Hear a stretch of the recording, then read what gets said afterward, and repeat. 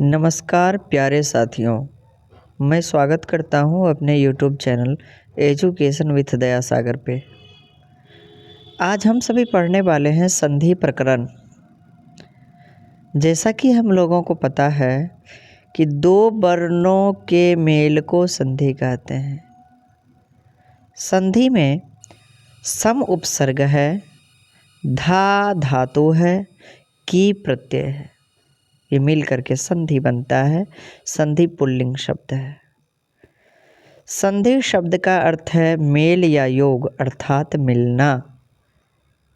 संस्कृत में कहें तो वर्णानाम परस्परम विकृति मत संधानम संधि, अर्थात वर्णों का आपस में विकार सहित मिलना संधि कहलाता है। विकृति का मतलब होता है वर्ण परिवर्तन।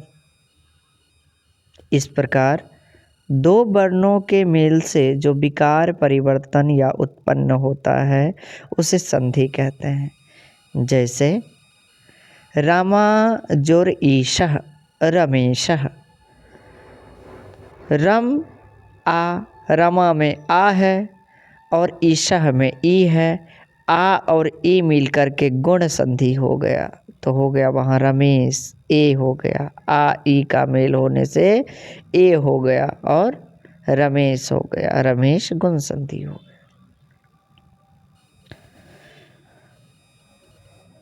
और इसका और भी उदाहरण मैं आपको देता हूँ। जैसे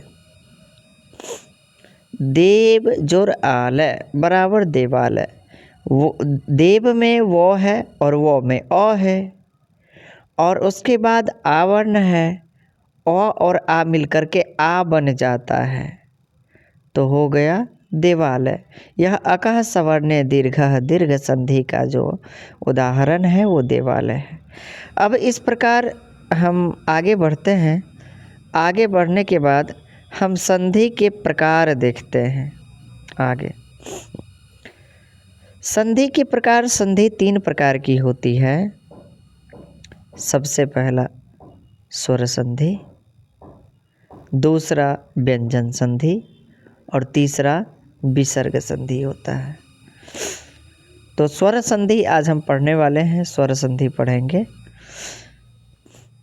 स्वर, अच को स्वर कहते हैं। अच अच एक प्रत्याहार है जिसमें सभी स्वर आते हैं, इसीलिए उसे अच कहा गया है।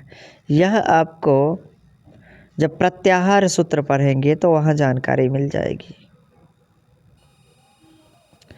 दो स्वरों के निकट आने से जो परिवर्तन होता है उसे स्वर संधि कहते हैं।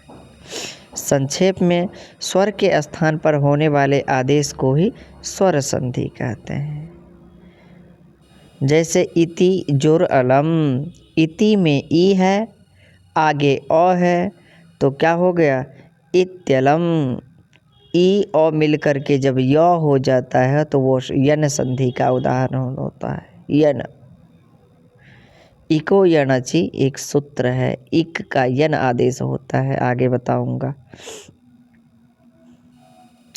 कवि जोर इंद्रः कविंद्रः। कवि में ई है, आगे ई है, बराबर दीर्घ ही हो गया, कविंद्र हो गया। यह जो है दीर्घ संधि है, अका सवर्णे दीर्घ से। नर जोर ईशः बराबर नरेशः। नर में अ है, आगे ई है, मिलकर ए हो गया, गुण संधि कर दिया नरेशः। तब जोर एव तवैव, यह जो है वृद्धि संधि कर दिया। यह सभी स्वर संधि के उदाहरण है। तो तब में वो है, आगे ए है, ओ और ए मिलकर के क्या ऐ बन गया, ऐ बन जाता है तो तवैव हो जाता है। तवैव हो गया तो यह आँख मूंद के वृद्धि संधि हो गई।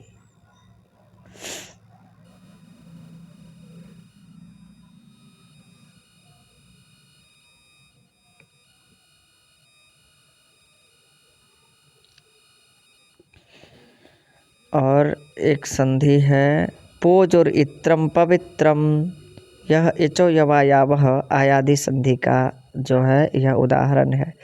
ओ ई मिल कर के वो आदेश होता है। इसलिए पोज और इत्रम बराबर पवित्रम, यह जो है आयादी संधि का है। अर्थात स्वर वर्ण का स्वर वर्ण के साथ मेल स्वर संधि है। स्वर संधि को अच संधि भी कहा जाता है। जैसा कि हमने निवेदन किया था कि अच एक प्रत्याहार है जिसके अंतर्गत यह पांचों स्वर आते हैं, क्योंकि अच प्रत्याहार के अंतर्गत सभी स्वर आते हैं। आगे व्यंजन संधि। व्यंजन प्लस स्वर बराबर व्यंजन संधि। व्यंजन प्लस व्यंजन बराबर व्यंजन संधि। तो व्यंजन के बाद स्वर या व्यंजन वर्ण के आने पर जो विकार परिवर्तन होता है उसे व्यंजन संधि कहते हैं। संक्षेप में व्यंजन को हल कहा जाता है। हल एक प्रत्याहार है जिसको हम लोग व्यंजन कहते हैं।